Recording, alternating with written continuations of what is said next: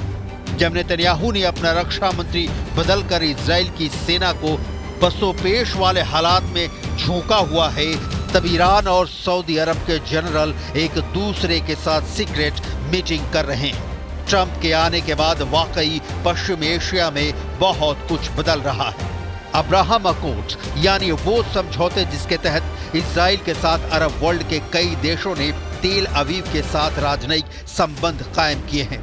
इसकी शुरुआत ट्रंप ने ही कराई थी, जब अपने पहले कार्यकाल में उनकी पहल पर यूएई यानी संयुक्त अरब अमीरात, सूडान, मोरक्को और बहरीन ने इजराइल के साथ अपने रिश्तों की शुरुआत की। इसके बाद ऐसा लगने लगा कि पश्चिम एशिया में अरब मुल्कों के बीच सबसे बड़े खिलाड़ी सऊदी अरब के रिश्ते भी इजराइल से सामान्य हो सकते हैं। लेकिन अब फिलिस्तीन को लेकर इजराइल और सऊदी अरब में जो दूरी पहले से कायम थी वो बढ़ती नजर आ रही। सऊदी अरब बार बार कह रहा है कि गाजा में बमबारी बंद हो और नया फिलिस्तीन देश कायम किया जाए। इजराइल इसके लिए तैयार नहीं, लिहाजा तब तक दोनों के बीच संबंध बनेंगे इसकी कोई गारंटी नहीं है। मार्च 2023 में ईरान के साथ रिश्ते सुधरने के बाद सऊदी अरब की सीरिया को लेकर भी नीति बदली है और अब सीरिया के राष्ट्रपति बशर अल असद सऊदी अरब के दोस्त बन चुके हैं। तस्वीरें तो यही बताती हैं।